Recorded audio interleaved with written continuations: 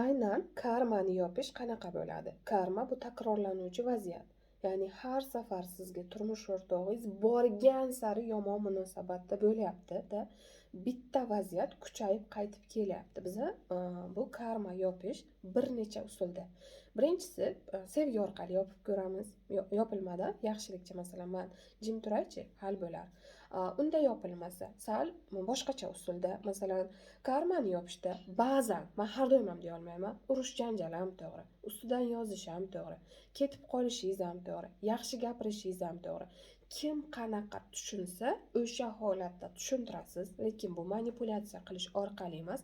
Shu jarayonda siz o'zingiz ham nimanidir tushunayotgan bo'lasiz.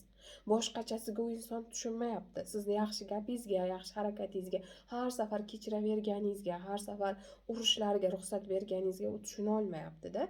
U odamga boshqacharoq qilib tushuntirish kerak. Siz o'ylayapsiz, bu shunda tushunar, shunda tushunar. Mana shu ham sizni xatoyingiz hisoblanadi. Tushunarlimi?